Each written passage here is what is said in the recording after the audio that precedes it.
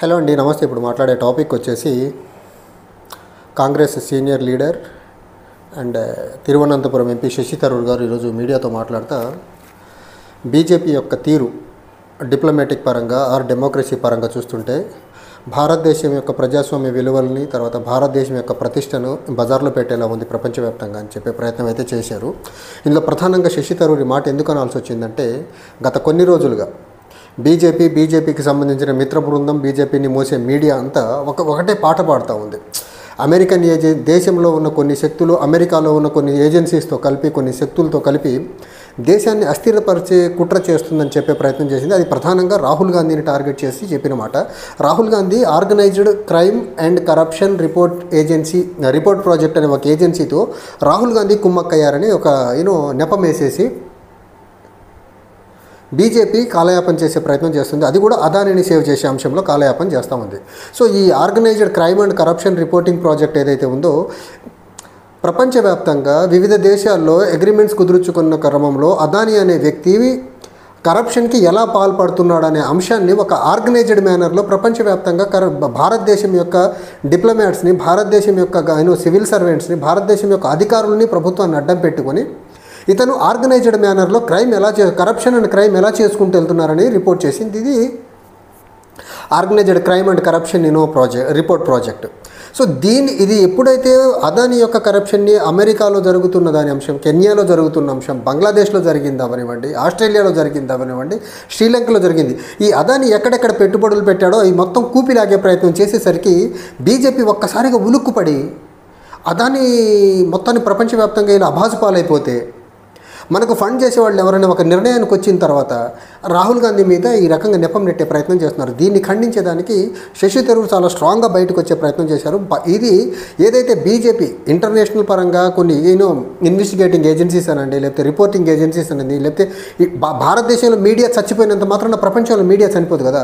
ప్రపంచంలో ఉన్న మీడియా ఈ అవినీతి అదానీ గురించి మాట్లాడే ప్రయత్నం చేస్తే దాన్ని బీజేపీ ఈ రకంగా అట్రిబ్యూట్ చేసి దేశాన్ని భారతదేశంలో ప్రపంచంలో అదాని చేస్తున్న అవినీతిని బయట పెడితే భారతదేశం అస్థిరపరుస్తున్నట్టు కాదు, ఇంకా భారతదేశం బలపడుతున్నట్టు అనుకోవాలి. భారతదేశంలో కరప్షన్ తగ్గి అదాని దేశంలో ఉన్న సంస్థల్ని, దేశంలో ఉన్న పదవుల్ని, ప్రధానమంత్రిని అడ్డంగా వాడుకొని దేశాన్ని కొల్లగొట్టేస్తున్నాడు. దేశంలో కొల్లగొట్టిన డబ్బుతో విదేశాల్లో పెట్టుబడి పెడుతున్నాడు. విదేశాల్లో పెట్టుబడిదారులను కూడా వాళ్ళ దగ్గర నుంచి పెట్టుబడులు ఒక మోసపూరితమైన ధోరణిలో తీసుకునే ప్రయత్నం చేస్తున్నాడు. కాబట్టి దేశంలో ఎలాగో ఇన్వెస్టిగేటింగ్ ఏజెన్సీస్ అన్ని బీజేపీకి అనుసరణలో బీజేపీ చెప్పినట్టు నడుస్తాయి కాబట్టి అవి పెద్ద పట్టించుకోవట్లేదు. కానీ ప్రపంచంలో ఏజెన్సీస్ అలా కామ్గా గమ్ములు ఉండవు కదా. సో ఇలా బయటకు తీసే ప్రయత్నంలో, ఇలా మాట్లాడే ప్రయత్నం చేయడం వల్ల శశి థరూర్ ఈ బీజేపీ చిల్లర రాజకీయాలు, బీజేపీ కుటిల రాజకీయాలకి ఎగ్జాంపుల్ ఇదని చెప్పే ప్రయత్నం అయితే చేశారు. ఇంకోటి ఏంటంటే, ఇక్కడ ఒక మాట శశి థరూర్ చాలా క్లియర్గా చెప్పారు. బీజేపీకి డెమోక్రసీకి డిప్లొమసీకి తేడా తెలియట్లేదు. బీజేపీ ఈ చిల్లర రాజకీయాల వల్ల ప్రపంచవ్యాప్తంగా భారతదేశం యొక్క డిప్లొమాటిక్ స్టాండర్డ్స్ పడిపోతూ ఉన్నాయి. ప్రపంచవ్యాప్తంగా పత్రికా స్వేచ్ఛ యొక్క విలువలు పోయిన భారతదేశం యొక్క మీడియా విలువలు పడిపోతున్నాయి. అట్ ద సేమ్ టైం భారతదేశంలో డెమోక్రటిక్ స్టాండర్డ్స్ కూడా పడిపోతున్నాయని చెప్పే ప్రయత్నం అయితే చేశారు. ఇక్కడ డెమోక్రటిక్ స్టాండర్డ్స్ గురించి మాట్లాడేదానికి మనం చూస్తే, మనం మహారాష్ట్రలో చూసాం ఎన్ని పార్టీలని చీల్చి ఎలా గవర్నమెంట్ ఫామ్ చేశారు అనేది. అండ్ ప్రభుత్వం ఏర్పడిన తర్వాత అక్కడ ప్రభుత్వం మళ్ళీ ఏర్పడేదానికి కూడా ఎన్ని రోజులు వెయిట్ చేయాల్సి వచ్చిందో మనం చూసాము. అంతకుముందు కర్ణాటకలో ప్రభుత్వాన్ని ఎలా కూల్చారో మనం చూసాం. అంతకుముందు రాజస్థాన్లో మధ్యప్రదేశ్లో ప్రభుత్వాన్ని ఎలా కూల్చారో మనం చూసాం. ఇంకొకటి, మణిపూర్లో అల్లర్లు జరుగుతూ ఉంటే నోటికి ప్లాస్టర్ వేసుకుని బీజేపీ నేతలందరూ రైట్ ఫ్రమ్ ప్రైమ్ మినిస్టర్ నుంచి వాళ్ళ తాబేదారుల వరకు అందరూ వాళ్ళని మోసే మీడియా అంతా ఎలా కూర్చుందో మనం చూస్తున్నాము. ఈ రకంగా దేశంలో డెమోక్రసీని ఖూనీ చేసుకుంటూ వెళుతుంది. ఇంకోటి, దేశంలో ఉన్న ఇండిపెండెంట్ ఇన్వెస్టిగేటింగ్ ఏజెన్సీస్ ఏవైతే ఉన్నాయో, మీడియా ఏదైతే ఉందో, ఇన్వెస్టిగేటింగ్ ఏజెన్సీస్ వాటి పని అవి చేయకుండా అదాని ఇన్ని అరాచకంగా దేశం మొత్తాన్ని కొల్లగొడతా ఉండే అవినీతి డబ్బుతో ఇన్వెస్టిగేటింగ్ ఏజెన్సీస్ చిన్నపాటి నోటీస్ ఇచ్చే ప్రయత్నం చేయట్లా, ఎంక్వైరీ క్రమనేసి. మీడియా దేశం మొత్తాన్ని అదాని దోచేస్తూ ఉంటే ఆ కరప్షన్ని ఎక్స్పోజ్ చేసే పని మీడియా చేయట్లా. సో వీటన్నిటిని బేస్ చేసుకుని భారతదేశంలో ప్రజాస్వామ్యం అనేది కంప్లీట్గా నాశనం చేశారు బీజేపీ వాళ్ళు గత 10 సంవత్సరాలుగా. బీజేపీ ఎన్ని సంవత్సరాలు పవర్లో వండుకుంటూ వస్తుందో అన్ని సంవత్సరాలు భారతదేశంలో పత్రికా స్వేచ్ఛ ఉండదు, భారతదేశంలో ఇన్వెస్టిగేటింగ్ ఏజెన్సీస్ యొక్క ఇండిపెండెంట్ వర్కింగ్ స్టైల్ ఉండదు, భారతదేశంలో జ్యుడిషియరీ ప్రాపర్గా పనిచేయడు, భారతదేశంలో కాన్స్టిట్యూషనల్ ఆర్ స్టాట్యుటరీ బాడీస్ ఏవి కూడా ప్రాపర్ మేనర్లో ఫంక్షన్ చేయకుండా ఉండేదానికి బీజేపీ పవర్లో ఉన్న రోజులు ఇది జరుగుతూనే ఉంటుంది. అయితే ఈ క్రమంలో శశి థరూర్ చెప్పినట్లు భారతదేశం యొక్క ప్రతిష్ట ఖచ్చితంగా డిప్లొమసీ పరంగా చాలా దిగజారిన పరిస్థితికి వెళ్తుందనే దానికి ఎగ్జాంపుల్ ఇప్పుడు ఈ రకంగా అమెరికాలో ఒక ఏజెన్సీ అదాని యొక్క కరప్షన్ గురించి మాట్లాడితే అమెరికా భారతదేశాన్ని అస్థిరపరిచేదాన్ని కుట్ర చేస్తుందని చెప్తే ఏమనాలి? అవినీతి గురించి మాట్లాడుతున్నారు. ఒక ఇండివిజువల్ వ్యక్తి యొక్క కరప్షన్ గురించి మాట్లాడితే దేశాన్ని కుట్ర. అదాని ఒక్కడే దేశం కాదండి. దేశం ఒక 140 కోట్ల మంది జనాభా భారతదేశం. ఒక అదాని ఒక్కడే కాదు. అదాని ఒక్కడే వ్యాపారవేత్త కాదు. భారతదేశంలో చాలామంది పెద్ద పెద్ద వ్యాపారవేత్తలు ఉన్నారు. నాకు ఇంకోటి అర్థం కాని డైలమా ఏంటంటే వీళ్ళది ఫోర్బ్స్ లిస్ట్లో అదాని అపర కుబేరుడు వరల్డ్ రిచెస్ట్ మ్యాన్ అయినప్పుడు వీళ్ళు సంకలు గుద్దుకుంటారు. అదే వెస్ట్రన్ కంట్రీకి సంబంధించినటువంటి ఫోర్బ్స్ అది. కానీ ఇదే వెస్ట్రన్ కంట్రీస్కి సంబంధించినటువంటి ఏజెన్సీస్ ఇప్పుడు organised crime and corruption reporting project ఏదైతే అదాని అవినీతి పరుడని చెప్తుందో అప్పుడు వీళ్ళు ఎందుకో మళ్ళీ దేశాన్ని అస్థిరపరిచే అదే ఏజెన్సీ అదాని గొప్పోడో అపర కుబేరుడు అయినప్పుడేమో సంకలు గుద్దుకునే వీరు అలాంటి ఏజెన్సీని ఆ దేశాలకు సంబంధించిన ఏజెన్సీని అవినీతి పరుడు అదాని అంటే ఎందుకు వీళ్ళు తట్టుకోలేకపోతున్నారు? వీళ్ళ డ్యూయల్ స్టాండర్డ్స్ చూడండి. అదాని మంచోడు అంటే వీళ్ళకి ఓకే, అదాని అవినీతి పరుడు అంటే వీళ్ళకు పొడుచుకొచ్చేస్తుంది. అదాని అంటే బీజేపీకి ఎందుకు పొడుచుకొస్తుంది? అదాని మీద రిపోర్ట్స్ వస్తే బీజేపీకి ఎందుకు పొడుచుకొస్తుందో అసలు అర్థం కావట్లా. అసలు భారతదేశంలో ఈ భారతీయ జనతా పార్టీ ప్రభుత్వము అదాని కోసం పనిచేస్తుందా, దేశంలోని ప్రజల కోసం పనిచేస్తుందా అనేది నాకు అర్థం కాని క్వశ్చన్ అసలు. ఇప్పుడు మనకు డిప్లొమసీ పరంగా చూసుకుంటే బంగ్లాదేశ్తో సత్సంబంధాలు, చుట్టుపక్కల ఉన్న చిన్న చిన్న దేశాలతో మనకు సత్సంబంధాలు, నేపాల్తో సత్సంబంధాలు, శ్రీలంకతో సత్సంబంధాలు లేవు, మాల్దీవ్తో సత్సంబంధాలు లేవు, పాకిస్తాన్తో సత్సంబంధాలు లేవు, మనకు చైనాతో సత్సంబంధాలు లేవు, ఆస్ట్రేలియాతో సత్సంబంధాలు ఉన్నాయి, మనకు యుఎస్తో సత్సంబంధాలు లేవు. ఈ చిన్నపాటి దేశాల నుంచి పెద్ద దేశాల వరకు ప్రతి దేశం పరంగా చూసుకుంటే డిప్లొమసీ పరంగా ఏదో దేశంతో ప్రతి దేశంలో ఏదో రకంగా ఇలా చిల్లర రాజకీయాలు. అరే అదాని అంటే మిమ్మల్ని అన్నట్టు కాదు. అదాని వేరు, దేశం వేరు.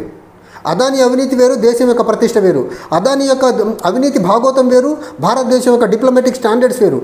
అదాని యొక్క అవినీతి చిట్టా వేరు, భారతదేశం యొక్క డెమోక్రసీ ప్రిన్సిపల్స్ వేరు. అదాని యొక్క అవినీతి భాగోతం అంతా వేరు, భారతదేశంలో డెమోక్రటిక్ సెటప్ అంతా వేరు. భారతదేశంలో మీడియా మీకు అమ్ముడు పోయినట్టు, భారతదేశంలో ఇన్వెస్టిగేటింగ్ ఏజెన్సీస్ మీరు చెప్పినట్టు ఆటలాడినట్టు ప్రపంచంలో ఉన్న మీడియా మీకు అమ్ముడుపోదు. ప్రపంచంలో ఉన్న ఏజెన్సీస్ మిమ్మల్ని చూసి గమ్ముగుండవు. అదాని డబ్బును చూసి ఆశపడి వాళ్ళు గమ్మును కూర్చోరు.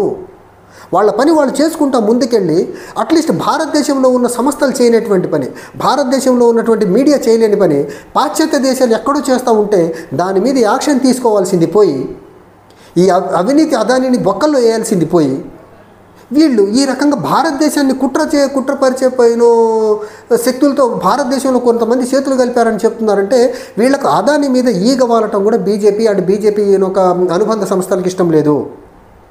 అదాని మీద చిన్నపాటి మరకపడనిచ్చేదానికి కూడా బీజేపీ పూనుకోవట్లేదు, ఒప్పుకోవట్లేదంటే ఈ అదాని బీజేపీని ఎంతలా పోషిస్తున్నాడు అసలు ఈ అవినీతి డబ్బుతో. ఈ అదాని అవినీతి చేసిన డబ్బుతో భారతదేశంలో ఎన్నికల వ్యవస్థ మొత్తాన్ని భ్రష్టు పట్టిస్తున్నాడు అని దానికి ఇంతకంటే ఎగ్జాంపుల్ ఇంకేం చెప్పాలి మనం? అసలు అదాని అంటే బీజేపీకి ఎందుకు పొడుచుకొస్తుంది? అండ్ ఇక్కడ నాకు నేను ఇంతకుముందు ఒక వీడియోలో కూడా చెప్పా, అదాని మీద ఏదన్నా అవినీతి ఆరోపణలు వస్తే అదాని తేల్చుకోవాలి. కానీ రాజకీయ నాయకులు including Andhra Pradesh deputy CM Pawan Kalyan గారు కూడా మొన్న నేషనల్ మీడియాతో మాట్లాడుతూ అదాని మీద డీప్ స్టేట్ కాన్స్పిరసీ ఏమైనా జరుగుతుందేమో అని ఒక అనుమానం వ్యక్తం చేస్తున్నాడు. అరే నాయన పవన్ కళ్యాణ్ గారు, మీకెందుకండి? అదాని మీకు కూడా ముడుపులు ఇచ్చారా? అదాని అవినీతిలో మీకు కూడా వాటా ఉందా? నీకెందుకు? అదాని అనే వ్యక్తి 2014 ముందు వాడి వ్యాపార సామ్రాజ్యం ఎంత, వాడి బిజినెస్ ఎంపైర్ ఎంత ఉంది, వాడి నెట్వర్క్ ఎంత ఉంది, ఈరోజు ఎంత ఉంది?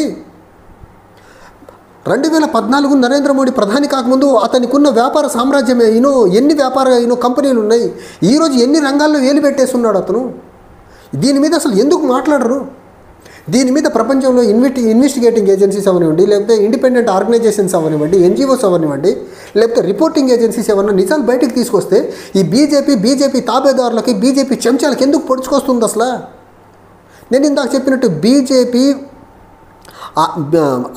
అదాని దేశం మొత్తం కాదు. Rahul Gandhi time and again చెప్తున్నారు, బీజేపీ దేశం కాదు, అదాని అంటే కూడా దేశం కాదు. బీజేపీ అదానీలను ఏమన్నంటే దేశాన్ని అన్నట్టు కానే కాదు. బీజేపీని అంటున్నామంటే ఒక రాజకీయ పార్టీని అంటున్నాము. ఈ బీజేపీ వాళ్ళు చాలా క్లియర్గా వాళ్ళని ఏమనంటే దేశాన్ని అన్నట్టు, వాళ్ళని ఏమనంటే మతాన్ని అన్నట్టు, వాళ్ళని ఏదన్నంటే దేశాన్ని అస్థిరపరిచే కుట్ర జరుగుతున్నట్టు ఒక రకమైన మ్యానిపులేటివ్ ఆర్ ఒక రకమైన ఒక కుసంస్కారమైన నేను వాదంతో ముందుకొచ్చి దేశంలో ప్రజల యొక్క మైండ్ని పొల్యూట్ చేసేస్తున్నారు వీళ్ళు. సో ఈ బీజేపీ ఈ రకంగా అదానీని ప్రొటెక్ట్ చేసేదానికి ఎన్ని రోజులు పనిచేస్తుంది? దేశం యొక్క ఇంట్రెస్ట్లను, దేశంలో ఉన్న ఇండిపెండెంట్ ఏజెన్సీస్ని, దేశంలో ఉన్న న్యాయ వ్యవస్థని, దేశంలో ఉన్న మీడియా మొత్తాన్ని అదానీ యొక్క ఇంట్రెస్ట్లు, అదానీ యొక్క ఆస్తులు కాపాడడానికే దేశాన్ని కంప్లీట్గా ప్రధానమంత్రి పదవినే తాకట్టు పెట్టేసినట్టున్నాడు ఈ నరేంద్ర మోడీ. చూస్తూ ఉంటే ఇది దేశానికి ఏమాత్రం మంచిది కాదు, దేశంలో ఉన్న యువతకు ఏమాత్రం మంచిది కాదు, దేశ ఆర్థిక వ్యవస్థకు కూడా మంచిది కాదు. ఈ రకంగా అవినీతి ఆరోపణలు ప్రపంచవ్యాప్తంగా కోడై కూస్తూ ఉంటే విదేశాల నుంచి వచ్చే పెట్టుబడి దేశానికి ఎలా వస్తుంది అనుకుంటున్నారు? ఈ రకంగా ఒక క్రోనీ క్యాపిటలిజాన్ని ఒక ప్రభుత్వమే ప్రమోట్ చేస్తూ ఉంటే ప్రపంచ దేశాల నుంచి వచ్చే పెట్టుబడిదారులు వచ్చి భారతదేశంలో పెట్టుబడులు పెడతాడు అసలు. ఈ అదానీ లేని సెక్టర్ ఏంటి? సోలార్ ఎనర్జీలో ఉన్నారు, రెన్యూవబుల్ ఎనర్జీలో ఉన్నారు, డిఫెన్స్లో ఉన్నాడు, ఇన్ఫ్రాస్ట్రక్చర్లో ఉన్నాడు, ఎయిర్పోర్ట్స్ మేనేజ్మెంట్లో ఉన్నాడు, పోర్ట్స్ మేనేజ్మెంట్లో ఉన్నాడు, మైనింగ్లో ఉన్నాడు, డొమెస్టిక్ నీడ్స్లో ఉన్నాడు, డేటా సెంటర్లో ఉంటున్నాడు. అసలు అదానీ ఏంటి? అతని స్టాండర్డ్ ఏంటి? వాడు చదువుకున్న చదువు ఏంటి? ఇదంతా దేశంలో వాడు ఎలా చేయగలుగుతున్నాడు ప్రధానమంత్రి సపోర్ట్ లేకుండా? కంప్లీట్గా BJP and RSS, Narendra Modi వీళ్ళందరూ కంప్లీట్గా అదానీకి బానిసత్వం చేస్తున్నారు. దేశంలో ప్రజలు వీళ్ళని ఓట్లేసి గెలిపిస్తున్నారు, వాళ్ళు అదానికి ఊడిగం చేస్తూ ఉన్నారు. బీజేపీ వాళ్ళు బీజేపీకి అదానికి ఊడిగం చేసేదానికే ఈ బీజేపీ పుట్టిందేమో అనిపిస్తుంది ఒక్కోసారి నాకు. చాలా సీరియస్గా ఆలోచించాలి ఈ అంశాన్ని. అదానీని అంటే దేశాన్ని అన్నట్టు కాదు. అదానీ మీద రిపోర్ట్ వస్తే దేశం మీద కుట్ర జరుగుతున్నట్టు కానే కాదు. అదానీ వేరు, దేశం వేరు. బీజేపీ వేరు, దేశం వేరు. దేశం అంటే 140 కోట్ల మంది. బీజేపీని సపోర్ట్ చేసే కొద్ది మంది మనుషుల దేశం కాదు ఇది. దేశం అందరిది. Thank you.